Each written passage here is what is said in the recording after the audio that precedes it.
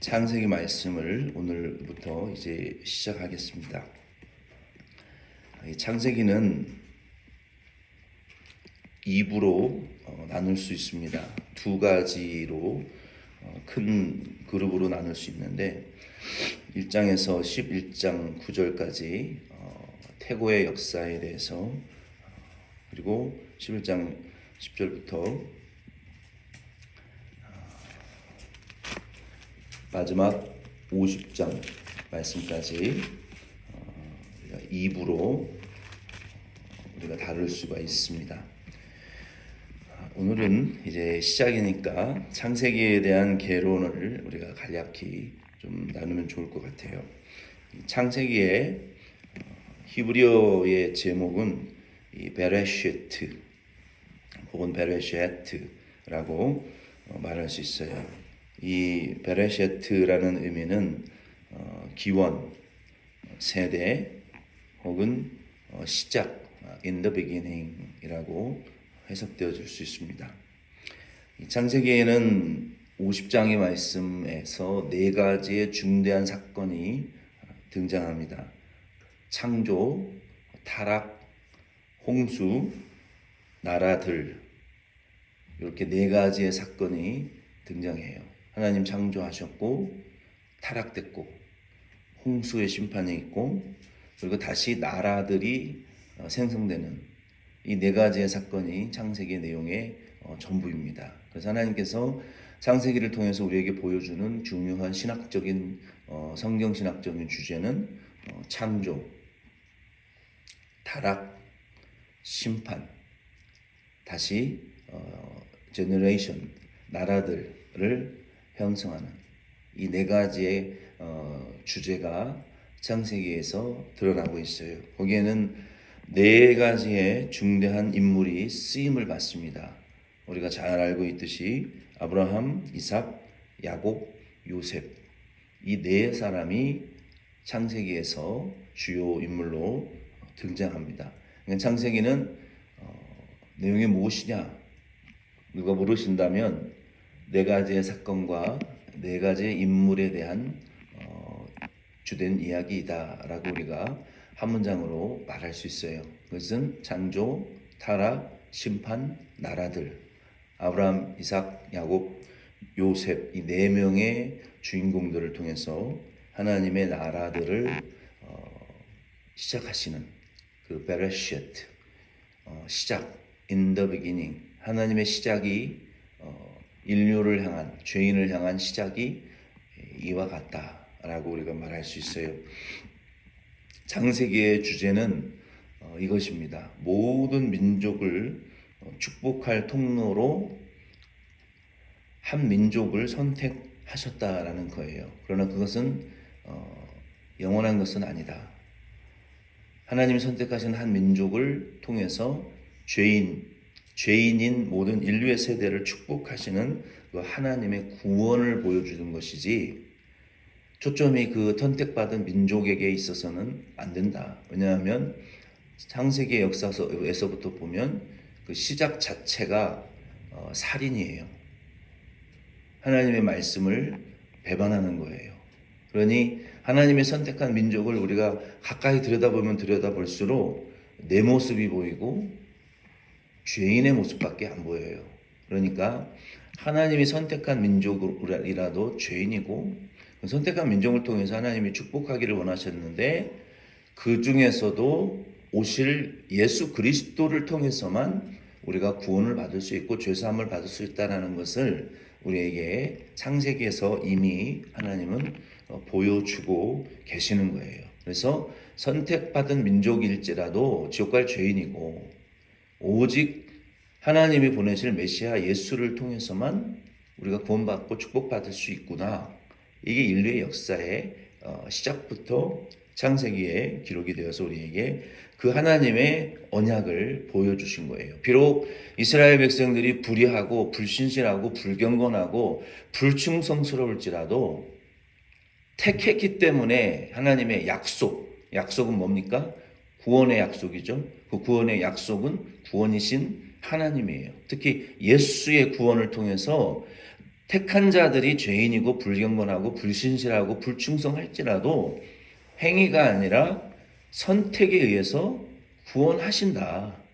이것이 창세기의 주제를 우리에게 그 언약의 계획을 우리에게 보여주시는 말씀이에요. 그리고 창세기에서는 하나님이 인간의 죄의 문제를 결코 방관하지 않으신다. 인류의 죄의 문제를 반드시 구원하시고 그 구원을 우리에게 주신다. 이 계획을 언약을 우리에게 보여주시는 것이 창세기예요. 그래서 창세기의 한 구절, 핵심 구절을 말하라. 3장 15절, 12장 3절이 창세기 핵심 구절입니다. 내가 너로 여자와 원수가 되게 하고 너의 후손도 여자의 후손과 원수가 되게 하리니 여자의 후손은 내 머리를 상하게 할 것이요 너는 그의 발꿈치를 상하게 할 것이니라 하시고 창세기 3장 15절, 12장 3절 우리가 이 정도로 창세기 개론을 다루면 여러분들이 어디 가서도 창세기에 대해서 부끄러움을 당하지 않을 거예요. 어떤 신학자와 대화를 나누어도 당당하게 대화할 수 있어요. 그래서 이 창세기의 네 가지의 주제, 중요한 내용, 네 명의 중대한 인물, 창세기의 주제, 핵심 구절 이 네 가지를 말씀을 드렸어요. 이것은 매우 중대한 성경적인 신학적인 내용입니다. 오늘은 창세기 이제 1장 1절로 2절 말씀만 저희가 함께 은혜 나누겠습니다. 창세기 1장 1절에 보면은 태초에 하나님이 천지를 창조하시니라. 땅이 혼돈하고 공허하며 흑암이 깊음 위에 있고 하나님의 영은 수면 위에 운행하시니라. 여기에 있는 태초와 요한복음 1장 1절의 태초는 같은 것일까요? 다른 것일까요? 전혀 다른 시점입니다. 이 태초는 하나님이 천지를 창조하시던 시점을 가리키는 것이고 요한복음의 1장 1절에 나오는 태초는 창조하시기도 전에 영원 전부터 삼위일체 하나님이 존재하셨던 그 시점을 가리키는 거예요. 무슨 말씀인지 이해하셨어요? 요한복음의 태초는 창조 이전에 삼위일체 하나님이 존재하셨어요. 이 창세기의 태초는 천지를 창조하시던 그 영원한 시점 전부터 존재하시다가 창세기 1장 1절에 천지를 창조하셨다라는 그 시점은 천지를 창조하신 6일 동안 천지 만물을 창조하신 그 시점을 가리키는 거예요. 그래서 요한복음의 1장 1절에 태초는 창조의 이전의 태초를 영원 전에 그 태초를 말하는 거예요. 그래서 여기에 이 태초라는 것은 베레셋 우리 하나님이 천지를 창조하신 그 시작한 시점 그 즈음 시점을 가리키는 것입니다. 이 하나님이 태초에 이 천지를 창조하셨다라는 이 말씀 한마디가 확실히 하나님이신 것을 그분이 하나님이신 것을 증거해 주시는 말씀이에요. 어떤 그 이교도의 자기들이 경전이라고 하는 그 경전이나 기록에 천지를 창조했다라고 이렇게 분명하게 말하는 경전은 없습니다. 세상 사람들은 이 천지가 어떻게 창조되었는지 몰라요. 어떤 과학자들은 그냥 우연히 생겨났다. 너무나도 비과학적인 이야기를 진리처럼 믿고 있어요. 과학을 하는 사람이면 과학을 알면 알수록 누군가가 설계했거나 창조하지 않으면 우주의 원리는 작동되지 않습니다. 지구도 무중력 상태에서 모든 행성들이 누군가 밀었고 누군가 그 궤도 안에 돌아가게 했기 때문에 이것이 돌아가고 있는 것이지 자기 스스로 태어나서 짠 하고 나타나서 우주가 생기고 태양이 생겼다? 이것은 믿고 싶지 않은 거짓이죠. 그러나 성경은 그걸 누가 창조하셨느냐? 하나님이 태초에 천지를 창조하셨다라고 말씀하고 있기 때문에 우리가 입증되어질 수 없는 이 세상의 원리는 진리를 우리가 하나님의 말씀을 통해서 믿어야 되는 거예요. 하나님께서 천지를 하셨다라고 말하는 것은 여기 이 하나님은 우리가 너무나 많이 알고 있는 그 엘로힘, 전능자의 신, 전능하신 신, 엘로힘, 하나님 천지를 창조하셨다 하셨을 때 그 능력의 신이라는 의미예요. 여기서 창조하셨다라는 것은 이 히브리어로는 바라라고 할 수 있어요. 바라는 동사인데 하나님에게만 쓰여지는 동사예요. 사람에게 뭐 만들었다 했을 때 히브리어는 다른 동사를 쓰지 이 바라라는 동사는 성경에 한 번도 쓰여진 적이 없습니다. 그래서 하나님이 용서하신다라는 행위에 사용된 이 살라흐라는 동사도 용서하신다라고 하셨을 때 하나님에게만 쓰여졌어요. 그 동사는 사람이 사람을 용서할 때 살라흐 성경은 쓰지 않아요. 용서는 그러니까 하나님의 전유물이고 고유 개념, 행위의 개념이지 하나님이 창조하셨다라는 것도 바라라는 것은 하나님의 전유물이에요. 하나님이 창조 행위를 하셨을 때에 그때만 쓰여진 동사예요. 그래서 하나님이 천지를 창조하셨다. 바라라는 동사는요 이거예요. 아무런 재료 없이 창조하셨다. 그거예요. 인간의 창조는 창조가 아니죠. 하나님이 만들어 놓은 물질을 가지고 원리를 가지고 하나님의 것으로부터 소스를 받아서 만들어내는 거예요. 그런데 하나님이 만들어내셨다라는 것은 아무런 소스가 없는 상태에서 아무것도 존재하지 않은 상태에서 완전한 무에서 전무에서 하나님이 말씀으로 삼위일체 하나님이 창조하셨다. 그런 의미예요. 그래서 하나님께서 천지를 창조하신 것을 저와 여러분들은 확신하시고 여러분 말씀대로 믿으시기를 꼭 부탁을 드립니다. 의심하지 마세요. 2절 말씀에 보면은 하나님께서 천지를 창조하셨는데 2절로 5절에 보면은 첫째 날의 창조는요 땅과 물과 빛이에요. 빛을 먼저 창조하신 것이 아니라 하나님이 천지를 지으실 때 무질서하게 창조하지 않으셨고 순서에 맞추어서 과학적인 원리를 하나님에게 나왔으니까 하나님이 먼저 땅을 만드셨고 그리고 물을 만드셨어요. 하나님이 천지를 창조하실 때 땅도 물도 빛도 원래 있었겠죠. 그 위에서 뭐를 만드신 것이 아니라 땅도 물도 빛도 없었어요.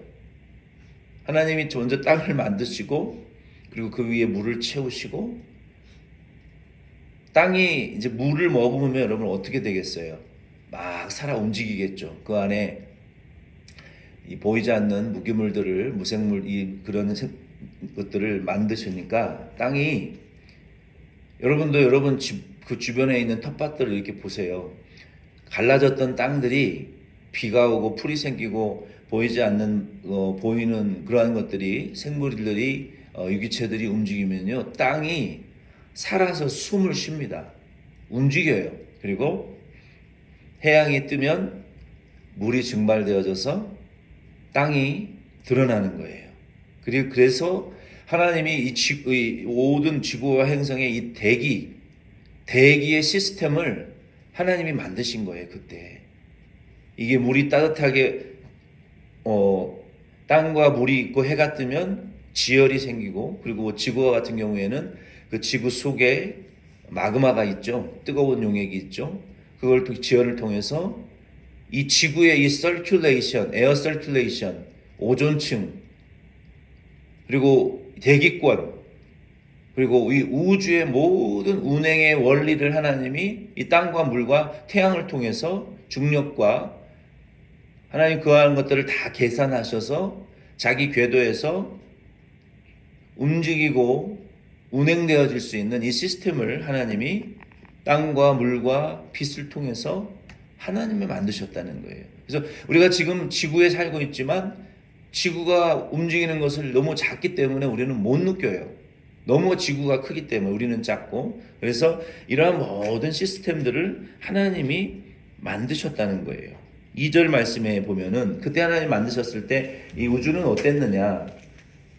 땅이 혼돈하고 공허하며 흑암이 깊음 위에 있고 하나님의 영은 수면 위에 운행하시니라. 그 당시에 땅이 공허하고 흑암이 깊음 위에 있었다. 그리고 그 후에 그것을 정리정돈하셔서 점점 완전하게 만드셨다라는 거예요. 그러니까 하나님께서 만드신 것들을 순서대로 계획대로, 그리고 만드신 것들의 이 무질서와 흑암을 어두운 것들을 정리정돈해 가시는 이러한 하나님의 창조의 역사를 볼 수 있어요. 그러니까 하나님이 하시는 역사는 큰 거 먼저, 원리적인 거 먼저, 원론적인 것을 먼저 하시고, 그리고 이 강론, 세부적인 것들을 이후에 하시는, 이게 하나님의 성품이에요.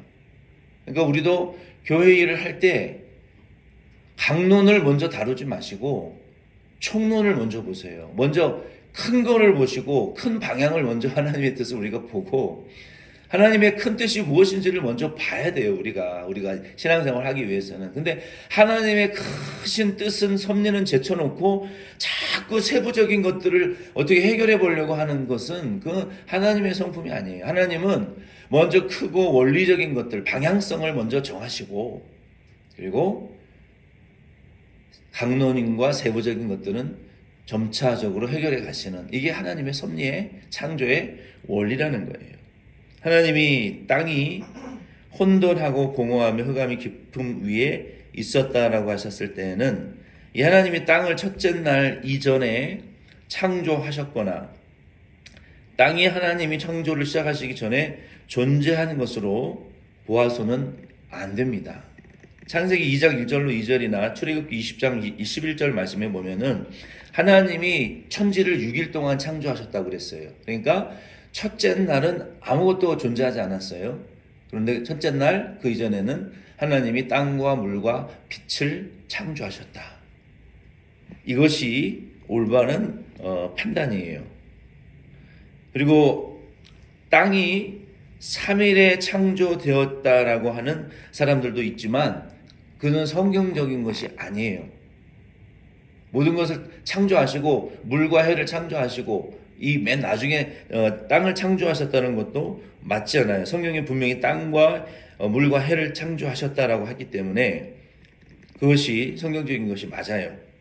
왜냐하면 셋째 날에 하나님이 물을 한 곳으로 쫙 모으셨을 때 땅이 드러났다라고 하는 것은 이미 물 아래 땅이 창조되어서 존재하고 있었어요. 그리고 그때 뭐 지진이 일어났던, 해일이 일어났던 그 5대양 6대주가 이렇게 지금처럼 갈라지고 서로 찢어져서 나누어져서 들어갈 곳들은 들어가고 침식할 곳들은 침식해서 이 레벨의 차이가 생기니까 웅덩이가 생기고, 그리고 높은 곳에서 낮은 곳으로 물이 흐르기 때문에 강이 생기고, 그리고 그러한 강물에서 가장 낮은 곳으로 오션, 대양들이 생겨져 난 거예요. 그것이 바로 뭐 융기와 침체, 뭐 5대양 6대주의 이렇게 갈라짐, 그리고 바다와 이 대양들이 그때 생겨난 거지, 물이 한 곳으로 모여진 다음에 땅을 따로 창조한 것이 아니에요. 지질학자들도 그렇게 말하지 않아요.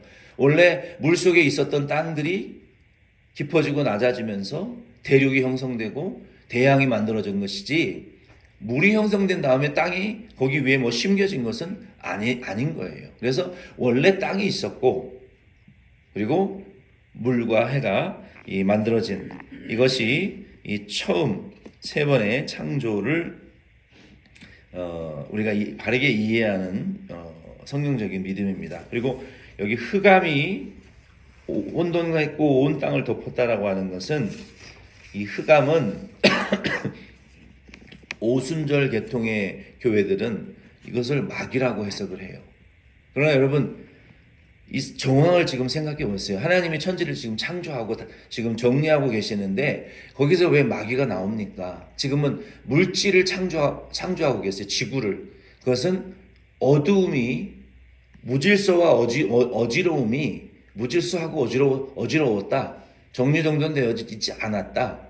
그 정도로 우리가 생각하면 되는 것이지 그것을 가지고 흑암이라고 성경을 해석할 근거는 어디에도 없어요.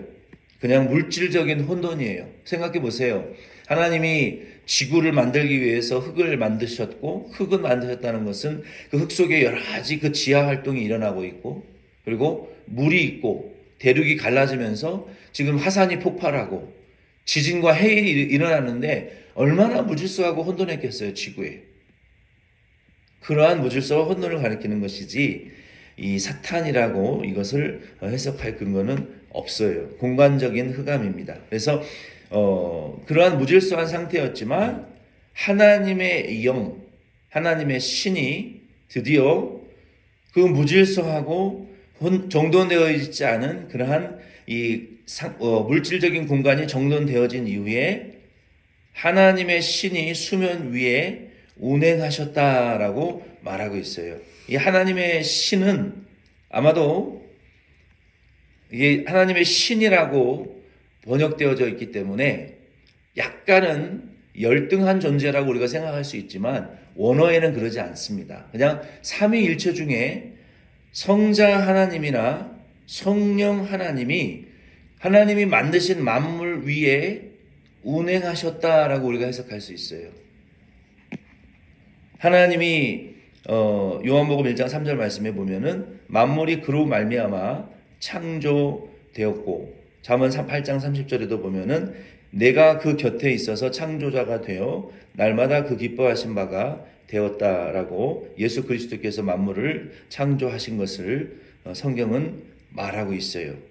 그래서 하나님께서 삼위일체 하나님이 천지 만물을 창조하셨다라고 하신 것은 하나님의 말씀대로 창조되었고 그것을 구체적으로 수행하신 분은 성자 예수님이시고 그것을 창조하실 때 역사하신 그 능력은 능력으로 역사하신 분은 성령 하나님이에요. 그러니까 하나님의 삼위일체 하나님의 합작으로 천지 만물을 창조하셨고 그리고 창조하신 피조물 위에 성자와 성령 하나님이 운행하셔서 정리정돈하시고 능력으로 다스리시는 이러한 이 창조의 모습을 우리가 여기 한 절 말씀 속에서 이와 같이 해석할 수 있습니다. 그래서 오늘은 요 2절 말씀을까지 우리가 나누었고 다음 주부터 3절 말씀 계속 나누도록 하겠습니다. 주기도문으로 예배 마치겠습니다.